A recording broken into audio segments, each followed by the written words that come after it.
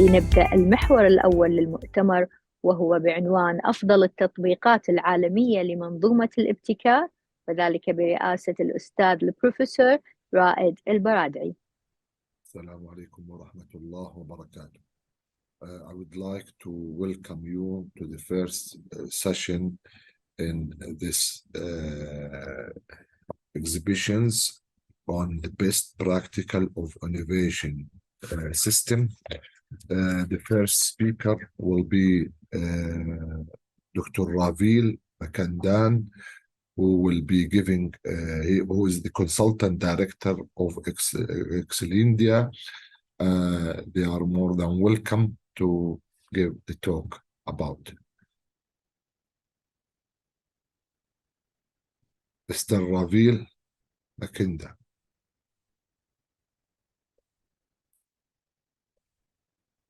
يا هلا بروفيسور رائد. هو موجود في القاعة الثانية، بس يرفع ايده عشان يدخلونه في طيب. قاعة الفي اي بي.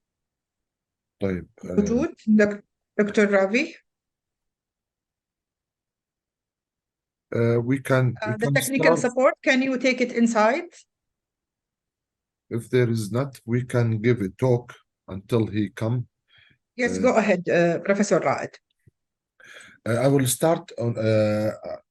I will start in my talk regarding to innovation, which I got it from the King Abdulaziz innovation, and this about the monomeric C-reactive protein.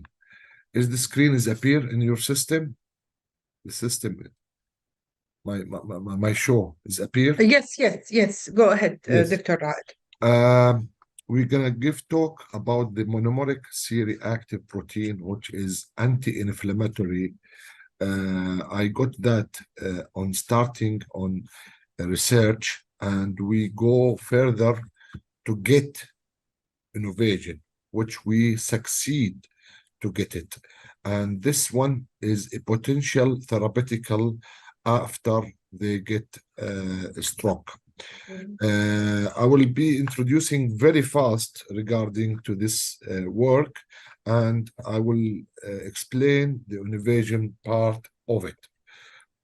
By the way, I am working on that with a huge work in the hospital, from Ministry Hospital and from outside. We have big group, which are they are all doctors, and we work with Manchester University with Professor Mark Slevin. Beginning, you know about what we are working, because we are doctors, and we specifying the problem, which is the stroke patients when they get their stroke. The anti-inflammatory C-reactive protein is secreted, and it goes to the brain as anti-inflammatory indicators, and which is good instead to show that to the patients. And it's increasing, but when the patients got the stroke, they cannot be recovered, and the secretion of the C-reactive protein is continuously secreted. And what happened after this secretion, it is accumulated in the nerves on the brain, which is making Alzheimer's disease for the patients who is getting the stroke. First of all, we need to identify the problem to go for the solution, which is taking 2 years. And we get patients from Bristol Bank in UK, and we get the diagnostic them, and we specify the patients who got stroke to see the accumulation of the C-reactive protein on it. We got about more than 30 patients, and we specify them. After that, we stain them on anti-inflammatory antibodies to identify the accumulation part by using immunohistochemistry. This is the first part, which is not invasion. We need to specify the problem, then we go for the invasion part. After we specify the location of the C-reactive protein, which is, I don't want to go for more specific things, which is complicated.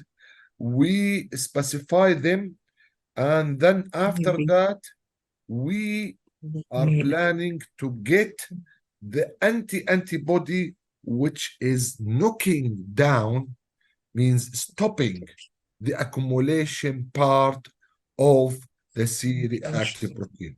This is the first part of invasion, to make the antibodies to stop the accumulation of C-reactive protein, which is anti-inflammatory, to avoid the Alzheimer's disease.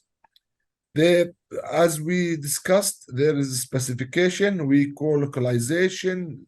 This is a very complicated part for some people. I'm producing the best for the people to understand the knowledge of that. After that, we go for in vivo. What means in vivo? We bring mice, and after we bring the mice, we inject them into two parts to make a stroke for them, and after that to see what is the attitude after the accumulation of the C-reactive protein. That means we need to study the part of the mice before and after they got stroke. I got a videos, I don't know if it is working. We put the mice after they got the stroke, and then he is able to find a way, the way of going out before they are dying in the water. After they got stroke, they does not understand the way. The same mice. We will show you the videos. I don't know if it's working, the videos here. The videos in the right side shows that the mice cannot understand the way. After that, we sacrificing the mice and see the accumulation part of the C-reactive protein in co-localization part, which is B-amyloid and TOU. This is the part where the accumulation happened. We localize it. After that, the innovation part is to build up the antibodies specified as a medicine, therapeutic medicine, to avoid the accumulation of the C-reactive protein, which is causing the Alzheimer's disease. This part, I work with high people, professors in Manchester and in USA, to design the part of the light chain, which is stop or knocking down the receptor for the patients to avoid accumulation. After that, we examine that as in vivo, and we optimizing the antibodies to be specific, knocking down for them.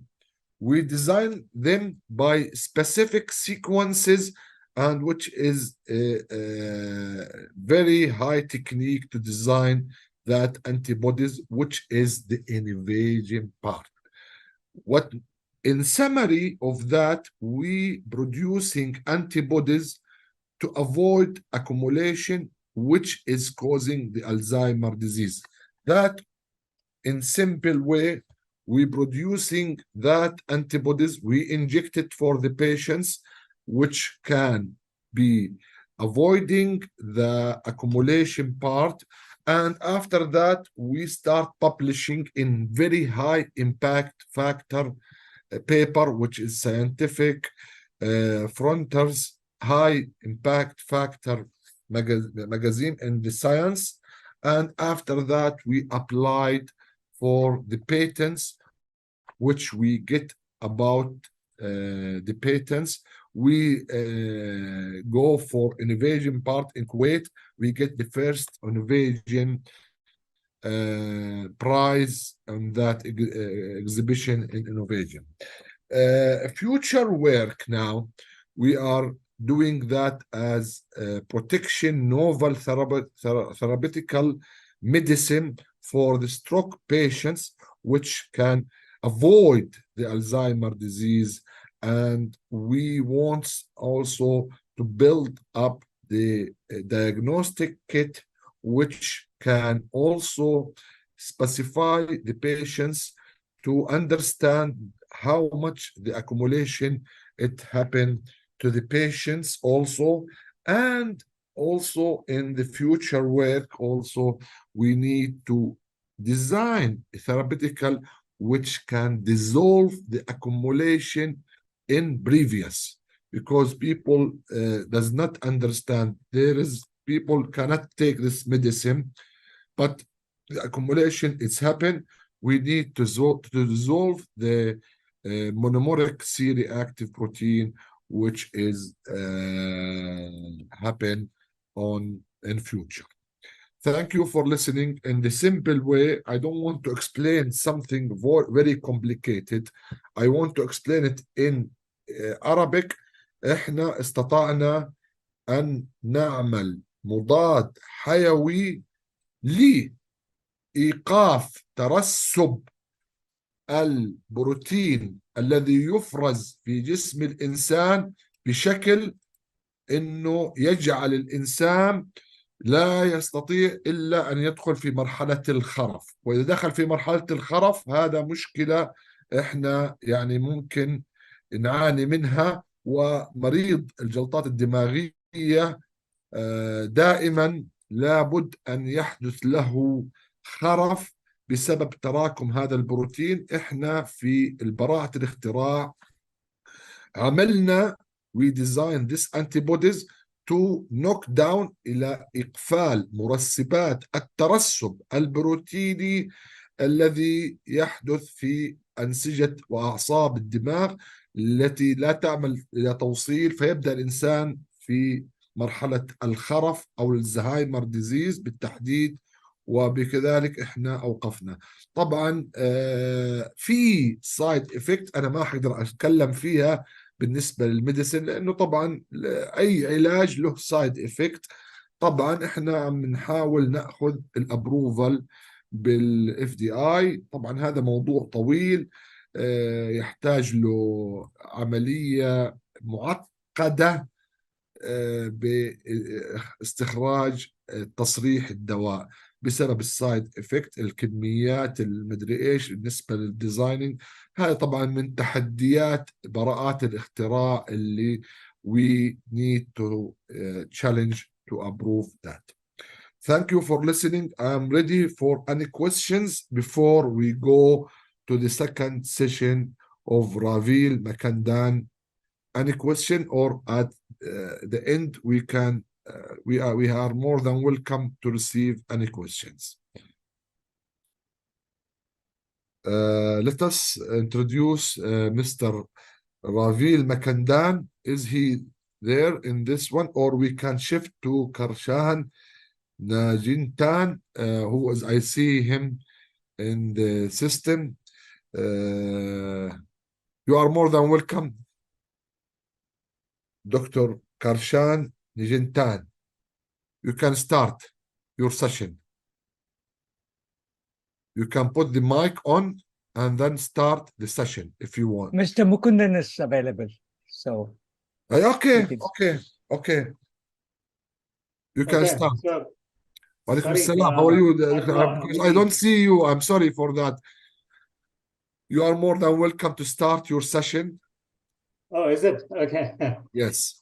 Probably. something. Anyway, let me quickly share my screen and let's just see if is my screen visible? Yes. Yes. Yes, you can start. Sure, great. So you have 10 minutes. Right. So I'll quickly be talking about fostering an innovation mindset and enabling the same, and some stuff which we do at Excedia, fostering this and enabling this, right?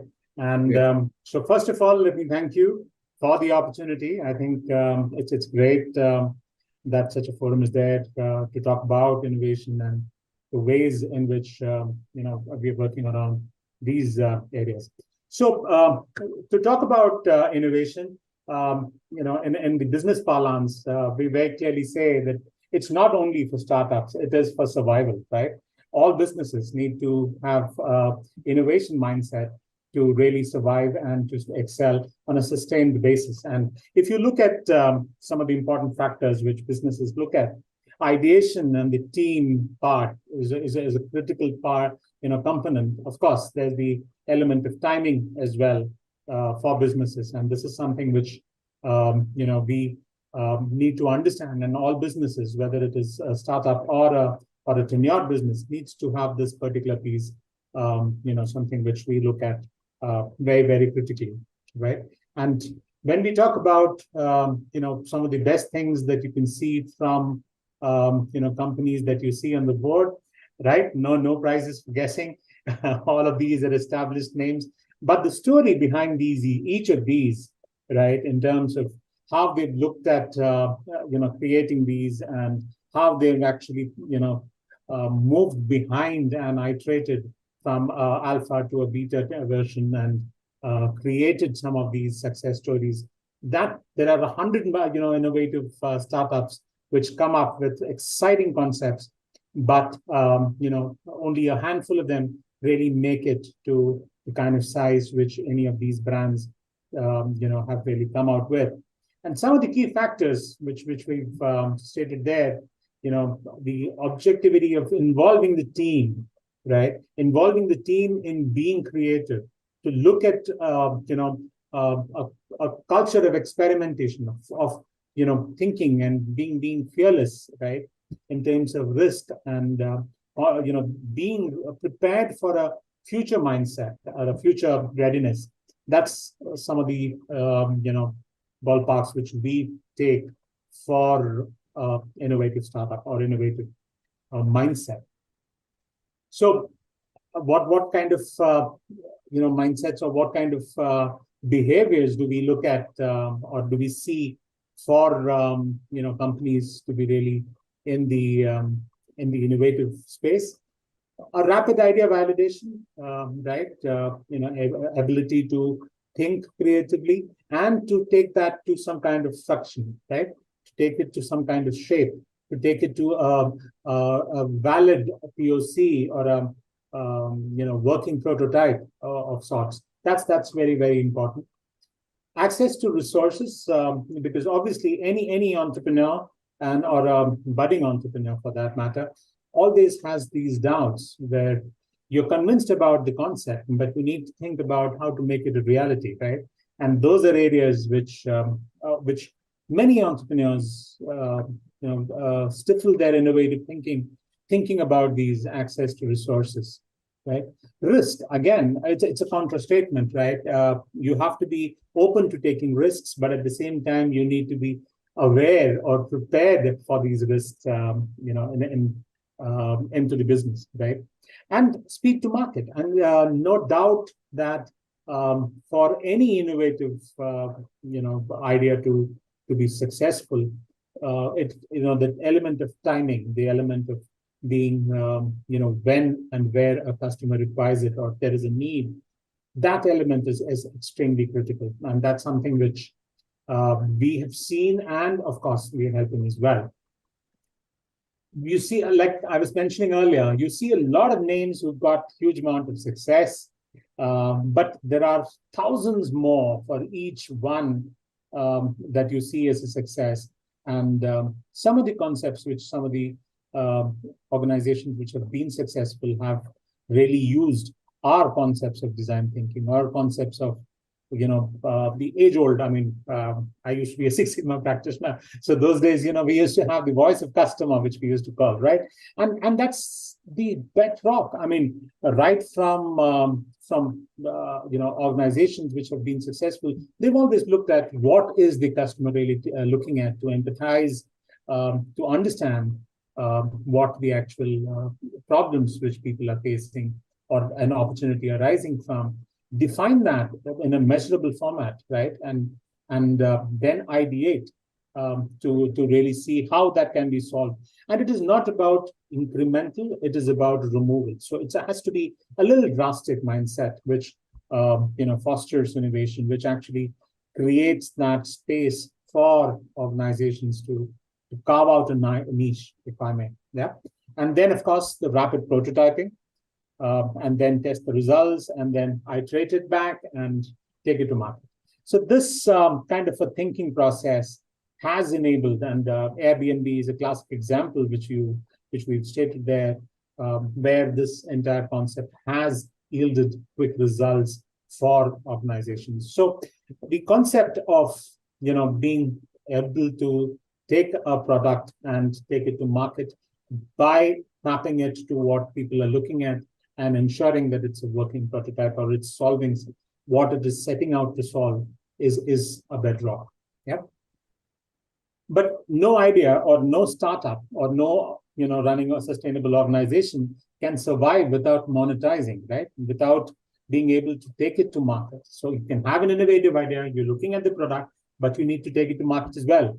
And that's where the concepts of market validation and a astute business model comes into place. And of course, the ability to prototype the same. There are a lot of entrepreneurs, and we repeatedly see that across the globe, that there are a lot of entrepreneurs who have fantastic ideas, but are probably not from a technology background, and they're not able to create a prototype. And those are areas which they look at partnering, or they look at co-founders, and some of these ideas don't really succeed. And similarly, even in a running business, we've seen where people are looking for innovative thoughts, innovative ideas, but are probably not able to monetize it in terms of massification, right? And that's something which we feel is a critical element, because one part is the ideation, the other part is the execution, right? And both are critical when you say you're creating an innovation mindset. It's not only about thinking about a new concept, but to actually implement that to see a benefit for the people who it's meant to be, right? So what kind of an organization can foster this kind of a mindset? An organization where there's a culture of collaboration, right? Across, whether it is within the organization or without, I mean, in terms of outside the organization, to a larger ecosystem of partners, with the regulators, with government or academia bodies. The concept of collaboration does not take away the uniqueness in any innovative practice, if it is actually solving a clear need, right? There is a need for supportive policies, whether, again, I put it in both ways, whether it is within an organization or outside of an organization, in terms of how you're incentivizing the thought process, in terms of IP, or facilitating access to funding. We have 1 minute remaining, Doctor. Sure. Valentine, thank you, Professor. Investment in time, investment in education, and of course, creating an open work culture. That's something which fosters innovation in a big way, whatever the nature of organization, right?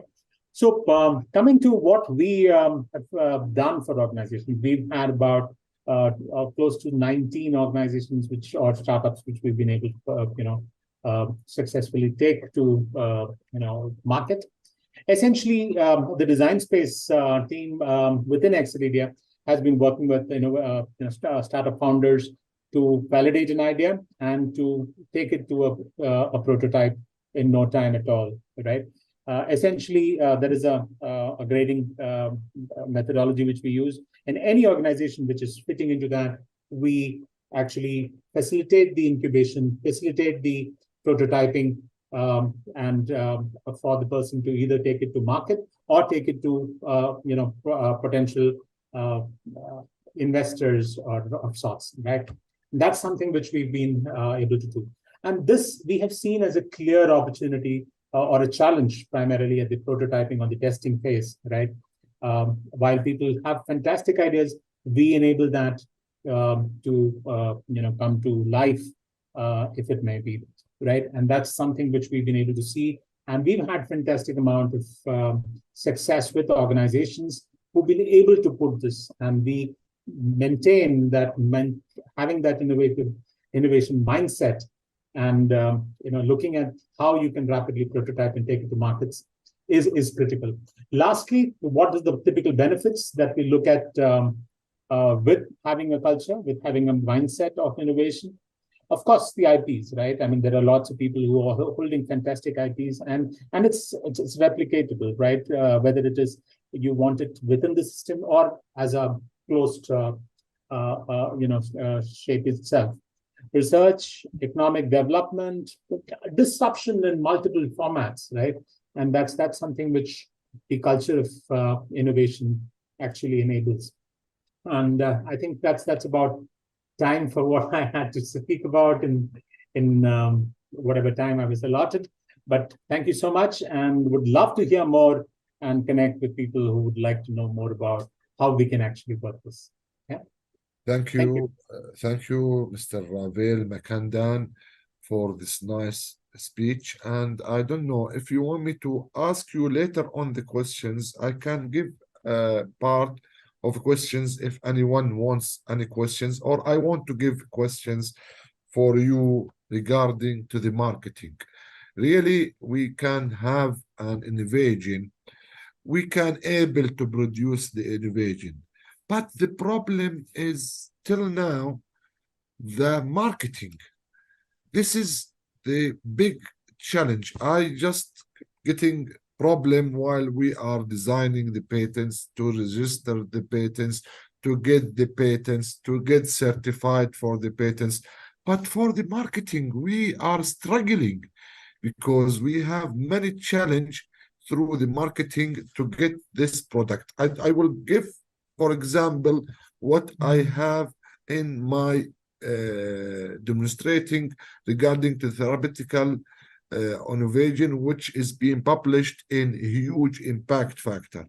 But when we get to the reality to produce these antibodies, which is against, it came to many struggling, many complications. How we can solve this problem? Tell me. This is my question. Do you have a solution for that?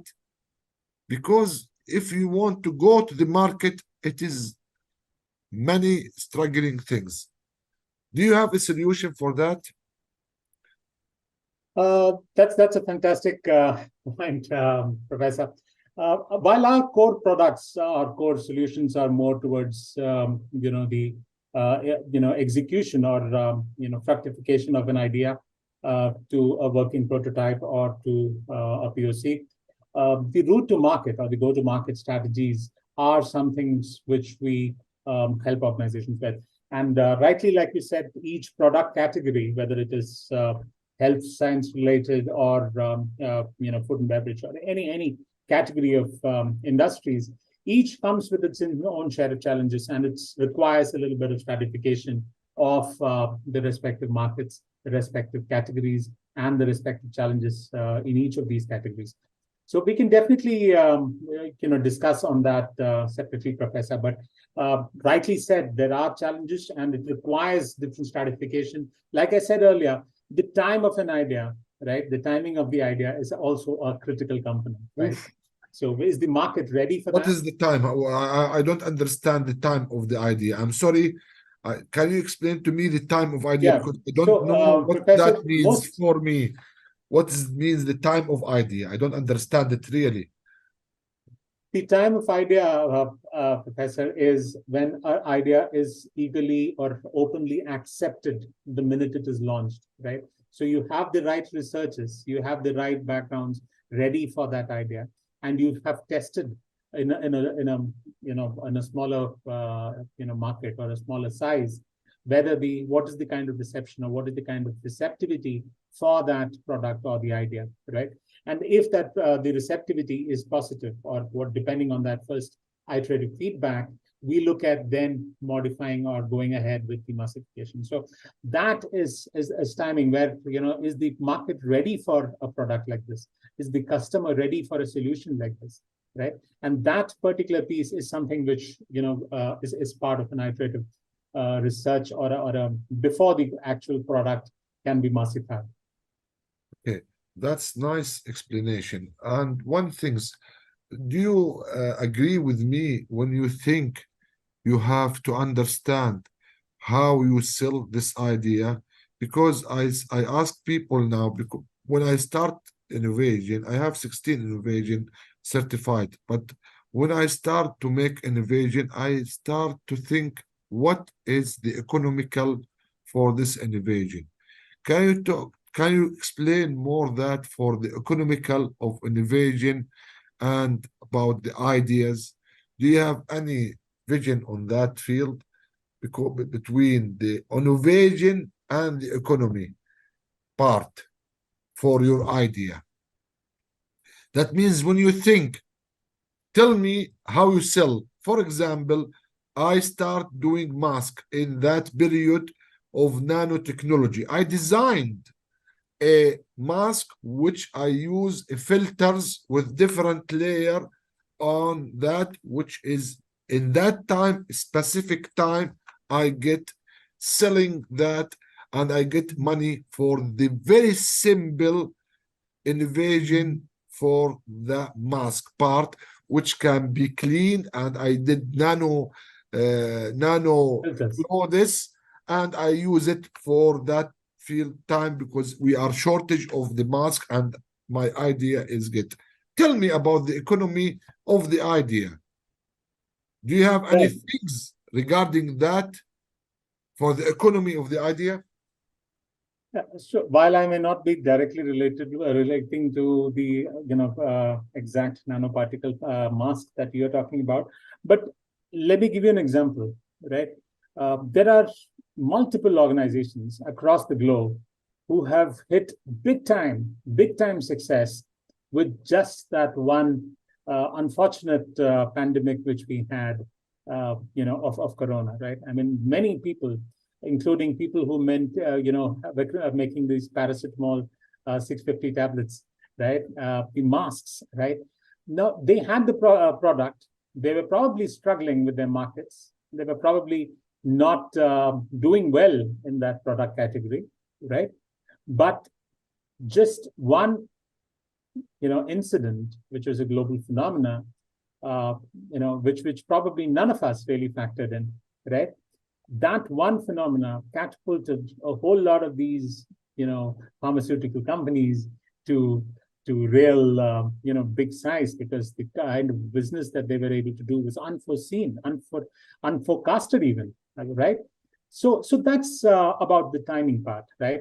And when you talk about the pricing, or when you talk about the market readiness, the most common methodology which we follow is to look at a random sampling, right? We do a limited market or a small market in different categories. So you do a market stratification, and then try to do in different markets the way they are behaving, what is the acceptance, what is the resistance, or what is the kind of feedback that people are talking about, what is the resistance to purchase that they're talking about, and then create the right pitch, create the right training, create the right story board to actually pitch that product, right? And you get your first customer, the first paying customer, and that's where your entire story type likes to, to multiply, right? So it is an iterative process, Professor. There is no magic wand that one could actually say that, okay, now you have everything going your way.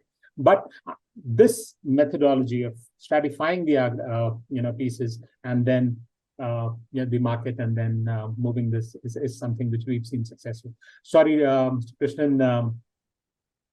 No. Thank you for that. We will have 10 minutes discussing part after Mr. Krishnan Naganathan, who is founder and CEO. You are more than welcome to start, and we will have 10 minutes between us, three of us, to get some recommendations for our innovation practical. You are more than welcome. Assalamu alaikum. Good morning, good afternoon, good evening to all the people who have joined the conference. Thanks, Dr. Hanadi. This is the 4th year I've been participating in this one.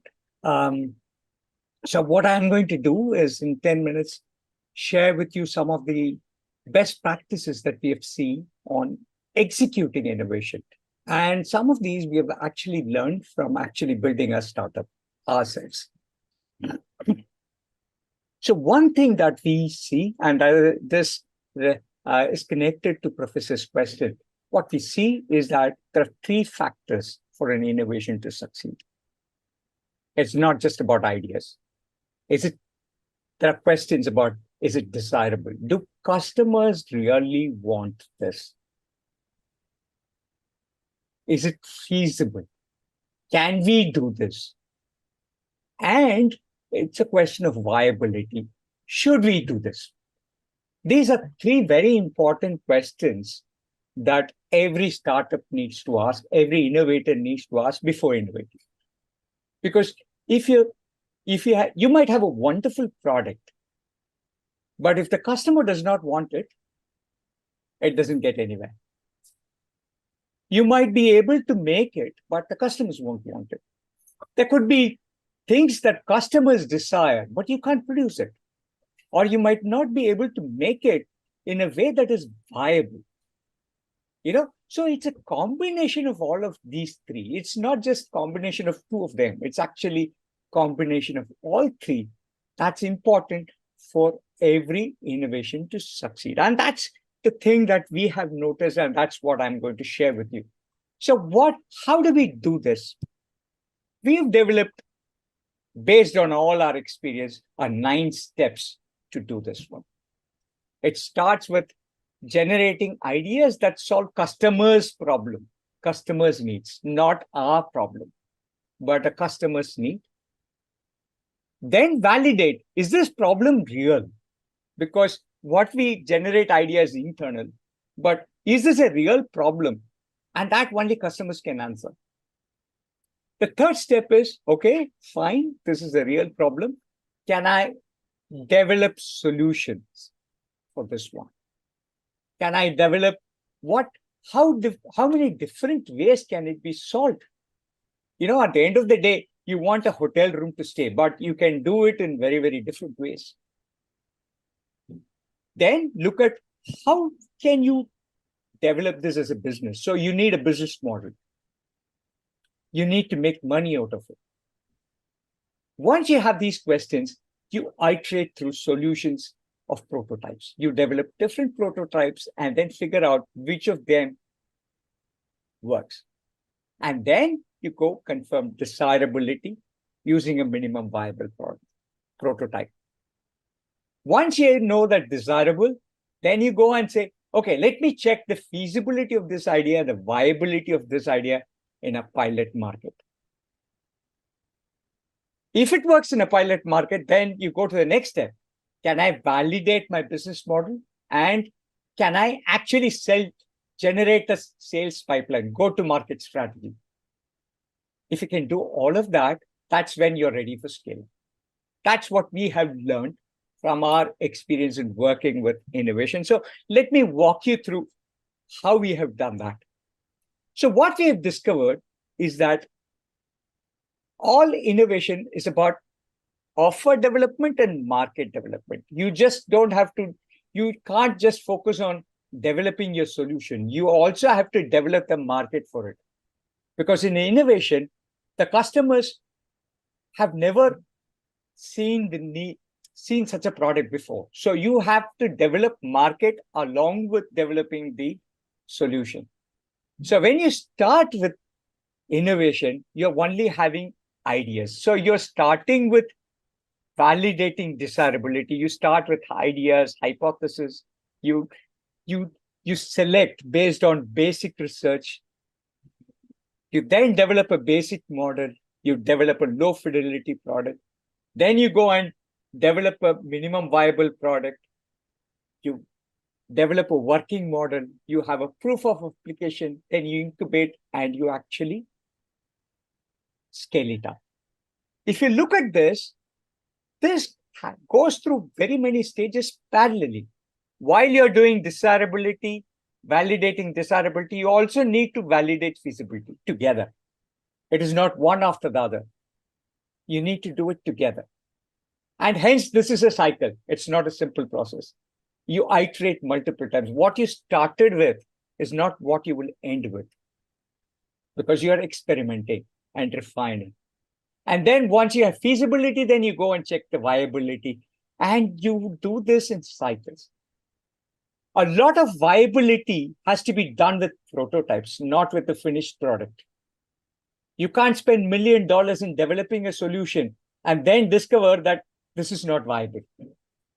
You need to do it cheap. And hence you need to do it with prototypes. You need to do it very fast. And that is the trick for all innovations. So what do you do about this? The one that we have discovered is that the best way to do it is first construct the business model.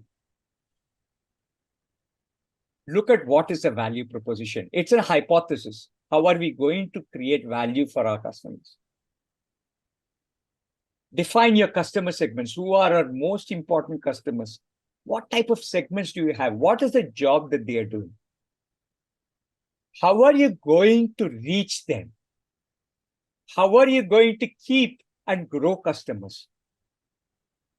How are you going to actually, who are your partners for doing this? What are the key activities that you need and what are the resources? And then, of course, you have a cost structure and revenue streams. All innovations actually start with hypothesis. You have desirability hypothesis, which address value proposition and customer segments. You have feasibility hypothesis, which deal with partners, key activities, cost structure. And you have viability hypothesis, which deal with customer relationship and revenues.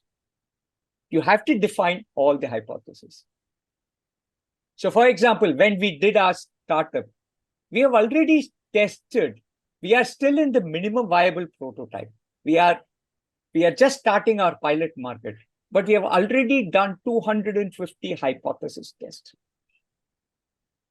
More than 250 hypothesis tests.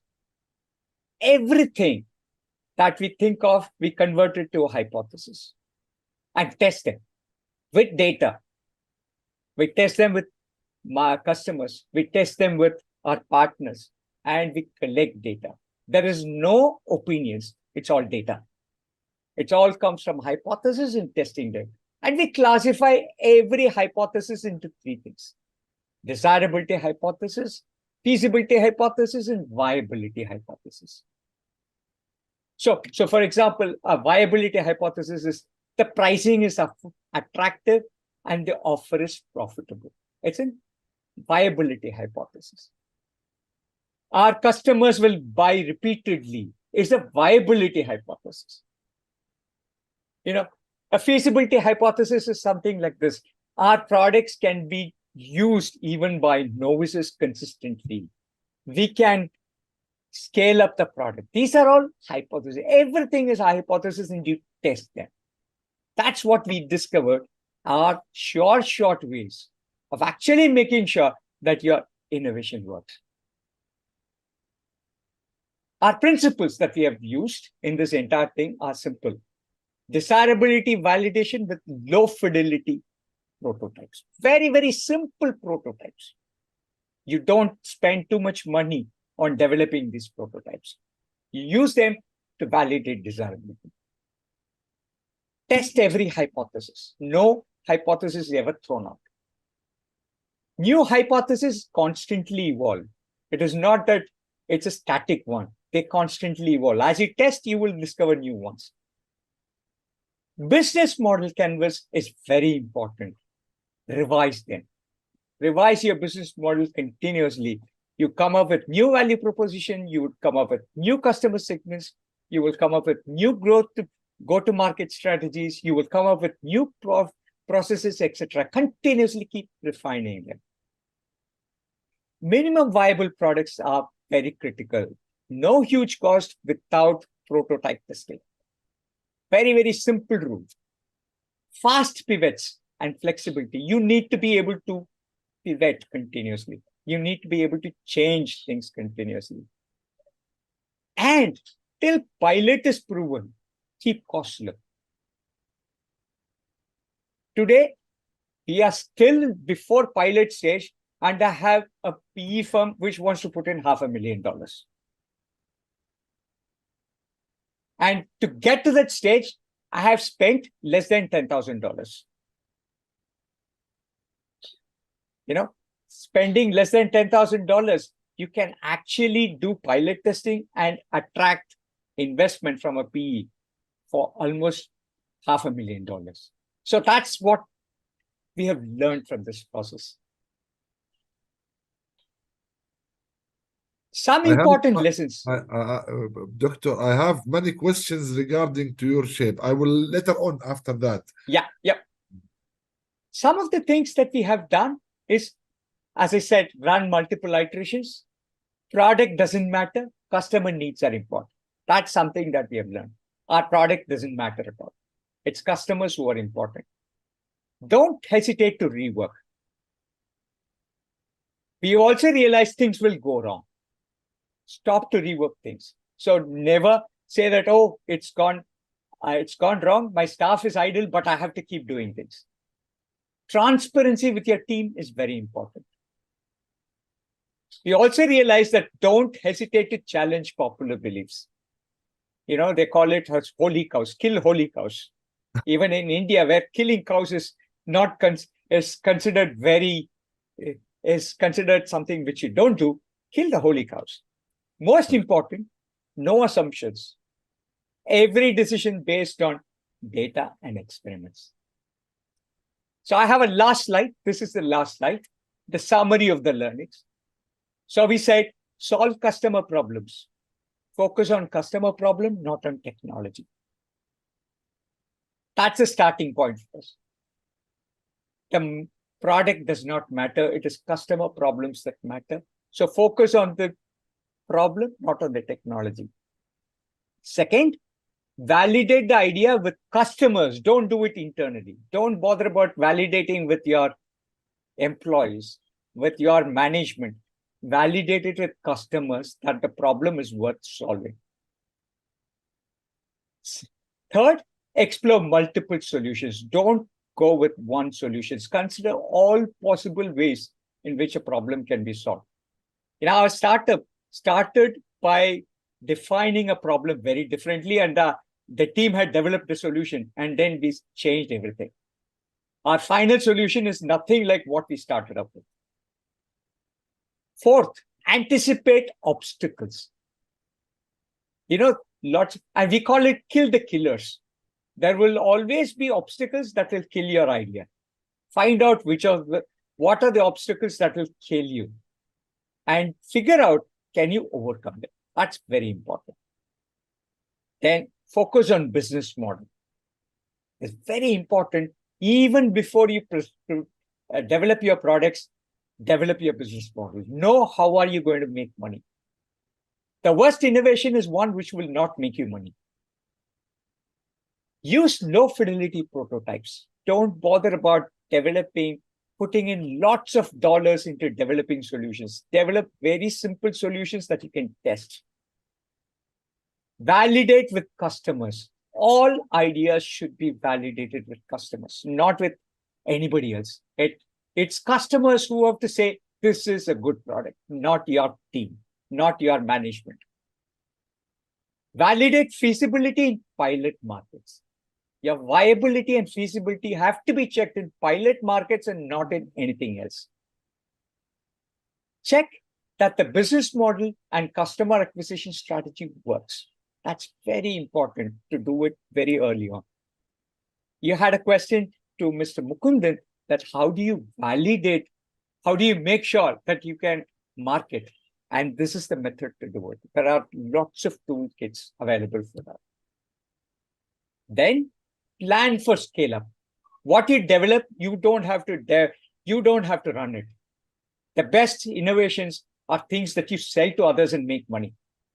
Sell the idea to somebody and make a couple of $1 million and start working on your next idea. That might be the best way for you to innovate.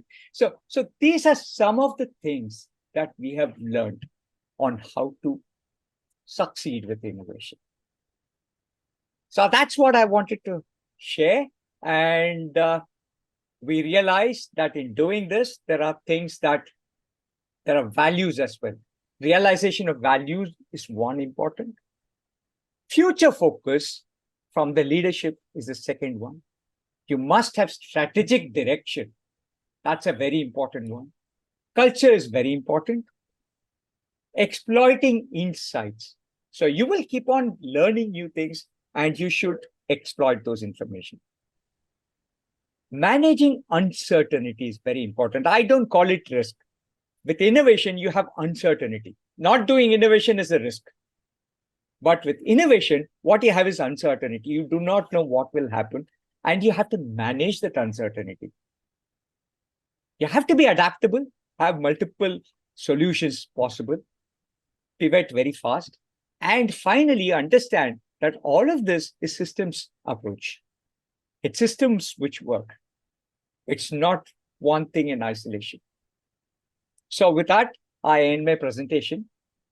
So feel free to reach out to me, connect to me on LinkedIn, and we can have a conversations on innovation. Thank you very much. Thank you for your nice presentation, really, which I learned from it. But I have questions for you, me first, and I will look for some people who gonna give questions. You explain everything's very perfect.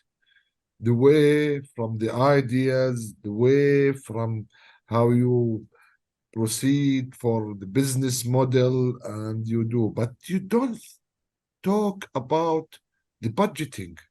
And you have to understand something. I have a concept now after 12 years. Don't think if you do not have a support money. Means don't think about any innovation. This is my opinion. I'm not talking about anyone. He can reject this, my opinion. I said now, don't think if you don't have a budgeting. Where is that from your lectures? How can we solve? Because people, I can think and I can do innovation and I can do money certified, which is leading me to be professors. But on the way of practice, there is no business, no support. I'm stopped now. I don't want to think because it Absolutely. is something that's not useful for me. I'm sorry that I just been getting many ideas and I did many research and I get 16 patents. Now I stopped. I said, if you don't have business, don't let me think. I am not able to think, which I'm struggling on the therapeutical situation, which I explained to you. Yeah. Where is that? Explain to me now. From where? Where is that in your lectures? That's the business model canvas. To me, this is the one that talks about money. If I can't, what is my cost structure and how am I going to make money? And this is true for every stage of my innovation. For every stage of my innovation, I need to have my business model ready. And that will show me how much of money that I'm going to spend. What is the fixed cost? What is the variable cost? How am I going to create revenue? And this tells me that. If I can't create this, if I can't create how much of cost it is going to have and how much of revenue it is going to generate, I can't move forward. Papa, stopped. Don't think. Absolutely. Absolutely. Don't think. This is what Don't. Absolutely. And it's a cycle. It will get refined as you go forward. It will keep building. Because So the idea will be in the draw. The idea will be in draw, nothing useful, just nothing you get. Absolutely. So to me, focus on business model. It's very early in the process. Even, as I said, before you develop prototypes, you have to have the business model ready. If somebody does not have a business model, he has no business building a prototype. Very, very simple. Very simple. Yeah. This is what I'm asking. I want one line for recommendation because I'm gonna write one line of recommendation for my part. What is the line of recommendation? And explain to me. If you don't have money, don't think. Oh, is it right? To me, there's three things: feasibility, desirability, viability. You need to have answers to this one. Do customers want this? Can we do this? And very importantly, should we do this? All three have to be very clearly answered. If you can't answer all three of them, if even one of the answer is no, then you should stop. Yes, you stop. Absolutely. Yes. You stop if you can't answer. Find an answer. If you can't find the answer, stop. Very simple. Thank you for that. Thank you for Thank that. you. Mr. Raval, do you have any questions or any suggestion? Because we need to ask you for one line of recommendation. I'm gonna write it to Dr. Hanadi and Mubaraki after this session. You have to give me one line of recommendations on best practice. One line and explain to me. Can you give me one line of recommendation? For this one? So no, I I'm would talking to Raval Mukundan. Okay. For one line of recommendation. Are you hearing me? Ravi? Oh, you're referring to me? Sorry? Yes. I'm talking to you. Okay, I'm Ravi, yeah. Just only one line of recommendation for the best practice. I need to have one line for you for a recommendation and best practice for innovation ecosystem. What is the one line you can give? If it's a one line, explain to me. Because I'm writing that, I'm giving this report to Dr. Hanadi Al-Mubaraki later on. Yes. Right. So go ahead, Rav. No, I think Krishna will be very accuracy to answer these questions. Go ahead, Krishna. Yeah. What is the best practices for the innovation? Because our track is discussing the best practices, mean the success implementations of innovations in all over the life is not only in education, it's in education, in financial aspect, in healthcare, in all sectors. And without innovation, we cannot. Now all the countries, developing country, agreed that innovation will be the driver of the 21st century. Without innovation, you cannot survive in this planet.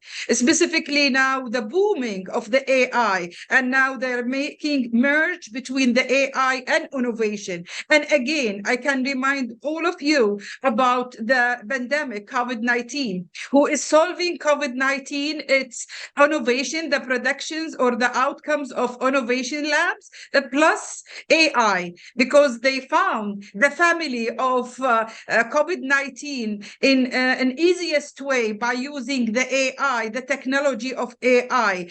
Without the technology of AI, as you know, any vaccine for the world, it should be validated 3 years to get the result. But in COVID-19, we finalize the result less than 8 months. And the normal people keep asking why you implement the vaccine for us in normal life, it taking the duration around 3 years to be in the market. But in COVID-19, within less than 8 months, in fact, they finalize it in 6 months, and they keep making experiment to get finalized the vaccine. Then, based on that, we see the planet will be disappear during the COVID-19. Then, what is the best tool solving and surviving the planet? It's AI with the innovation. Then this is the best practices from my opinion. And I think Krishna also can add some value information about me.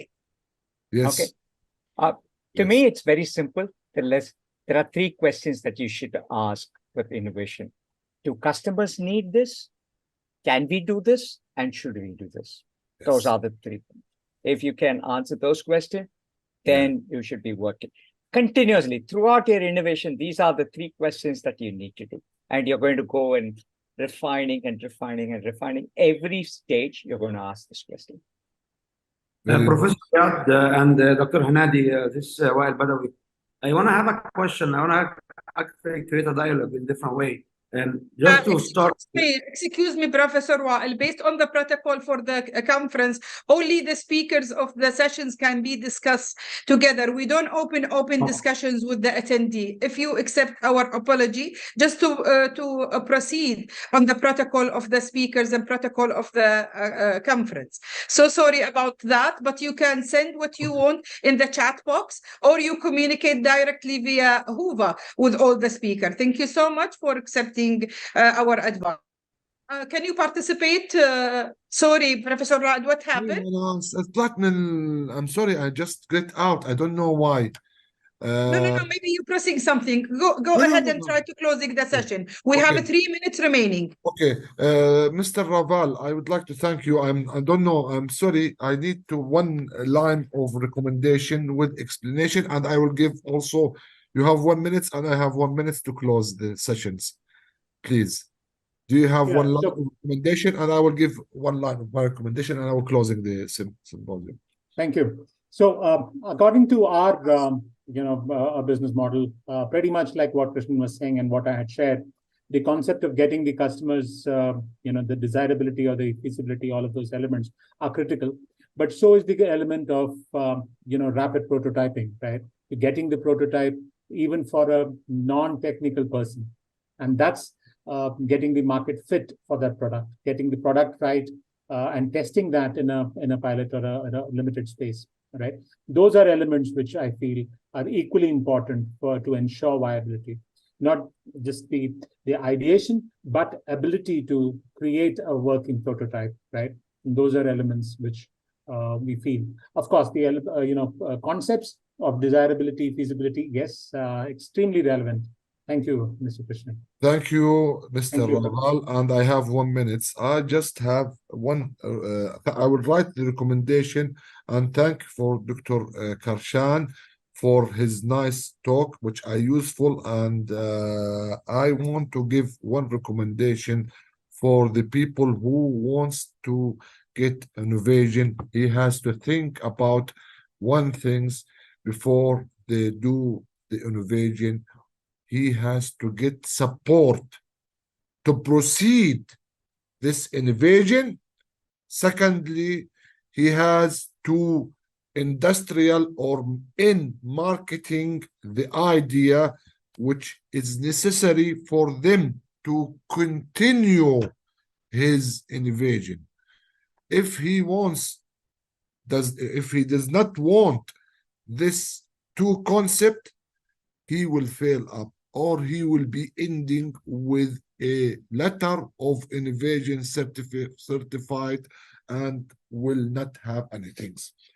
Thank you for my wonderful 2 talks with Dr. Raval and Karshan, and I would like to thank Dr. Hanadi and Mubarak for organizing this workshop.